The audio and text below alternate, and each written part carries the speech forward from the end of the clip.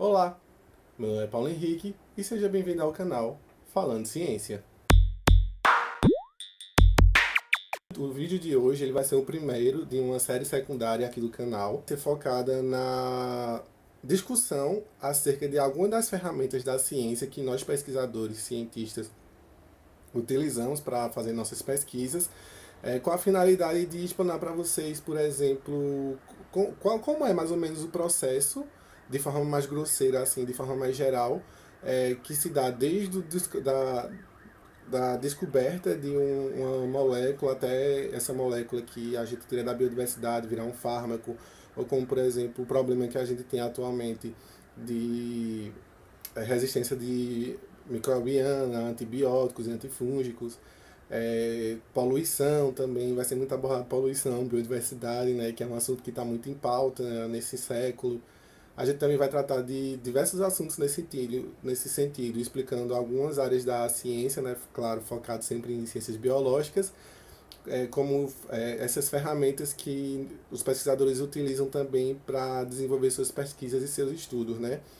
E já fazendo gancho com um vídeo que saiu no primeiro episódio da temporada principal aqui do canal, abordando a aplicação de produtos naturais como um produto remediador, como um produto que pode vir a virar um potencial uso para a solução de um problema de metais pesados no ambiente, eu vou explicar então para vocês. O tema desse vídeo vai ser bioprospecção.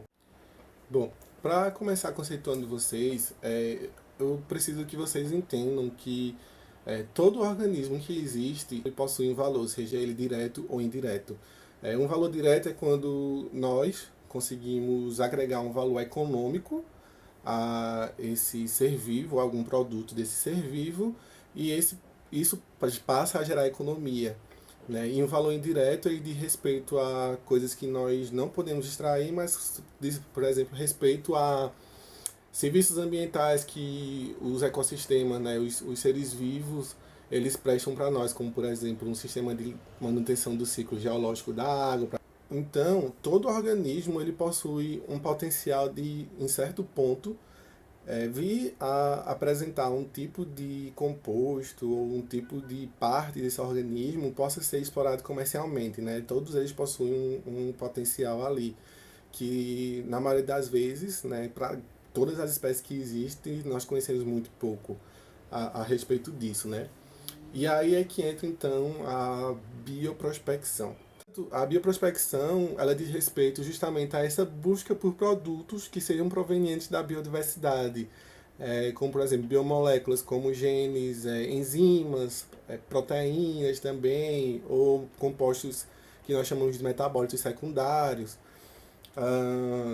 parte de organismo que possa vir a ser utilizado, né? Produtos como óleos brutos ou extratos ou óleos essenciais. E à medida que eu fui lidando com a bioprospecção, né, ao longo do mestrado, ao longo do doutorado, e também o que eu cheguei a ter contato com bioprospecção na graduação, eu costumo dizer que a bioprospecção ela possui algumas etapas para que ela consiga ocorrer. A primeira etapa da bioprospecção, eu costumo dizer que é justamente a seleção do organismo, né? Que pode parecer simples, mas não é bem assim, né?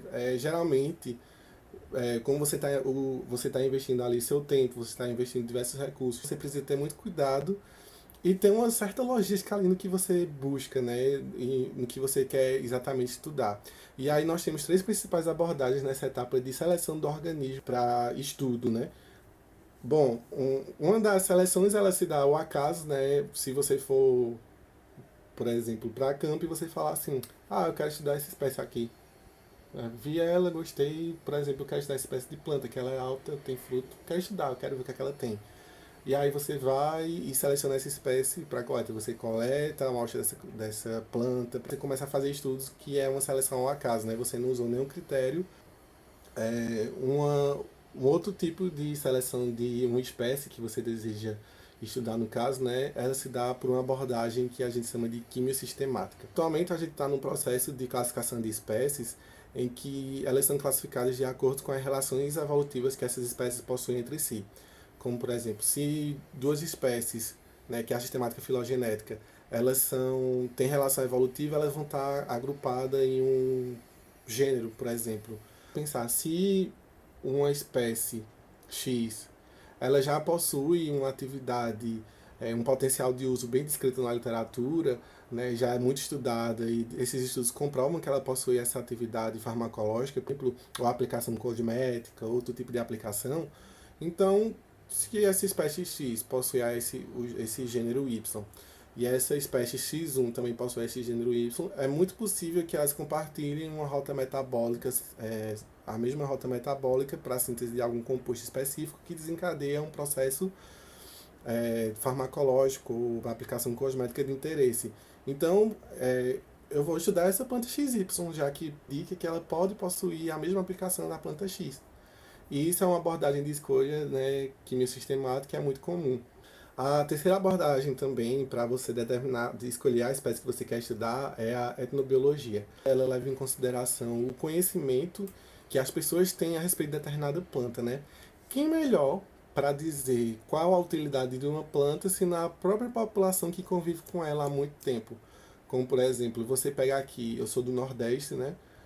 Sou de Pernambuco e na região da Caatinga é muito comum que as pessoas em algumas comunidades, né, sítios ou cidades pequenas até, passem a utilizar alguns chás para tratar algum problema. Por exemplo, minha mãe, ela sempre manda eu tomar chá de boldo quando eu tô com algum problema de estômago.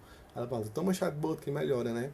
E aí a etnobotânica, ela visa justamente registrar esse conhecimento das pessoas a respeito de determinados organismos, determinadas espécies, e aí no que você registra isso, uma pessoa que atua na área de bioprospecção e quer estudar uma planta, ele pode recorrer a esses trabalhos e ver assim, se essas pessoas elas estão relatando que tomar chá de boldo melhora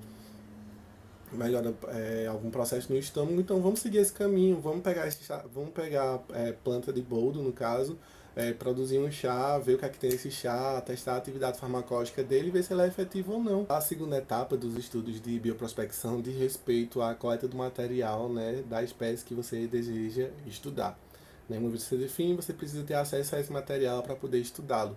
E aí pode parecer uma etapa simples, mas ela precisa ser mais pensada, né?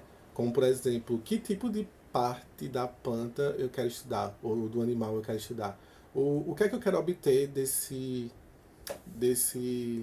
animal, né? Eu quero obter um extrato, eu quero obter um óleo, eu quero obter o extrato enzimático, onde é que eu posso encontrar dentro dessa espécie uma maior consideração do composto, que você precisa registrar diversas coisas também, como por exemplo, a época do ano que você coletou, o horário que você coletou, qual era, se possível, os fatores abióticos ali daquele ambiente que você coletou. A planta estava no ambiente aquático, estava no ambiente urbano, estava no ambiente natural, como é que estava, né, essa planta? Então precisa ser algo muito bem pensado e você precisa também, quando coletar material, você precisa coletar essa espécie para depositar em algum museu, algum herbário, para que as pessoas possam utilizá-lo como referência e saber o que é que você estava estudando exatamente. A terceira etapa da bioprospecção, ela diz respeito à obtenção do produto, né, a partir do material que eu coletei, né, preparação prévia, quanto um estudo prévio ou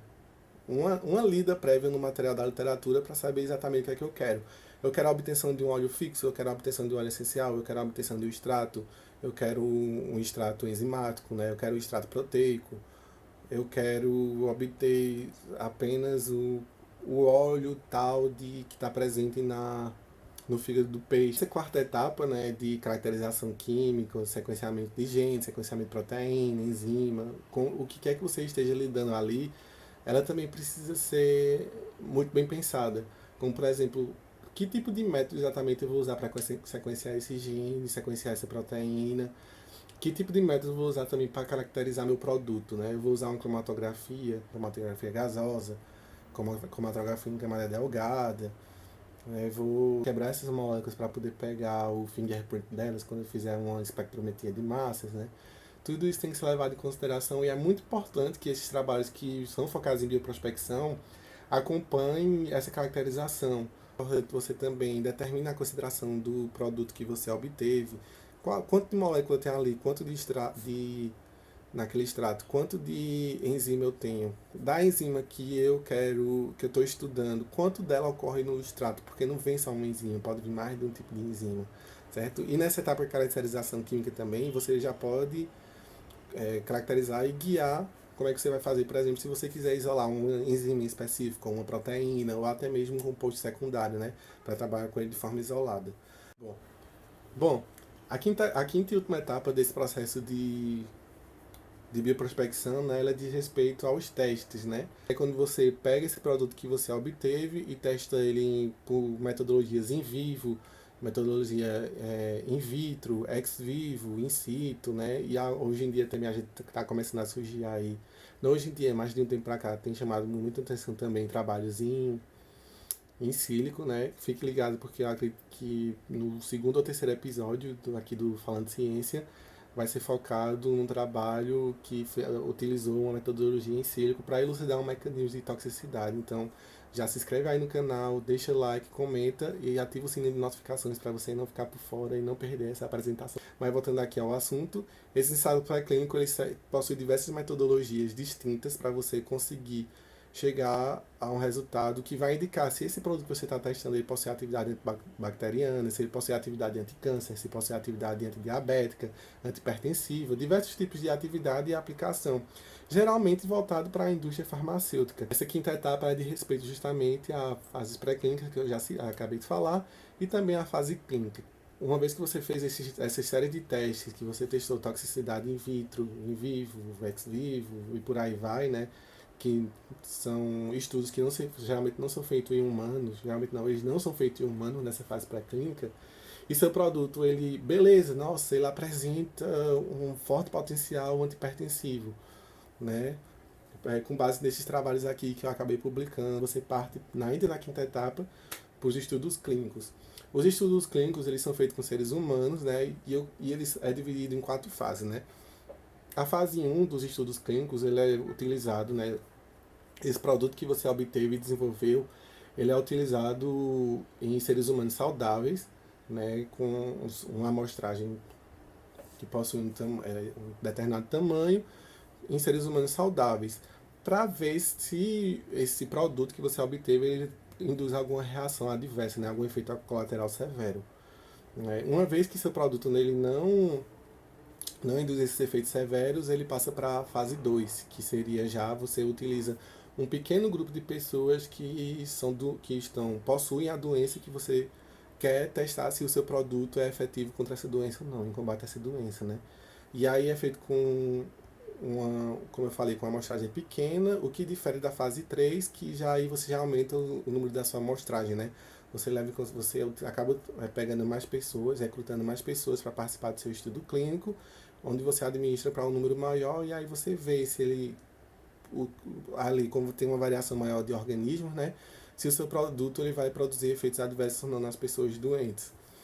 Né, a fase 4 dos estudos clínicos, que ela consiste na farmacovigilância, que é quando o produto que você obteve, você está comercializando esse produto, ele passa a ser constantemente vigiado para ver se ele vai causar algum tipo de reação adversa ou não, como é que ele está sendo utilizado, ele está causando problemas, não está, e aí você vai monitorando isso até, não tem um tempo definido assim para você parar de monitorar, né? Parar dessa área da farmacovigilância, não mais monitorar seu produto, né? E essa é a área de bioprospecção, né? Como eu falei para vocês aqui de forma muito resumida, desde a etapa 1, onde eu defino que espécie eu quero estudar, até a etapa de produção para poder ser comercializado, né? E no mais, a bioprospecção é uma ferramenta que ela é importantíssima, né, para nós cientistas, para poder chegar até esse tipo de produto, mas como eu falei, ela é muito demorada, né? E nós temos alguns produtos que já são comercializados aqui no Brasil como fitoterápicos, né? E empresas que investem também nesse tipo de área, como por exemplo a Cheflan. A Cheflan, ela possui um produto que é carro-chefe deles, que é o anti-inflamatório Cheflan, que é feito a partir da espécie Cordia verbanácea, né? Esse foi o vídeo de hoje. Eu espero que vocês tenham gostado e é nessa que eu vou.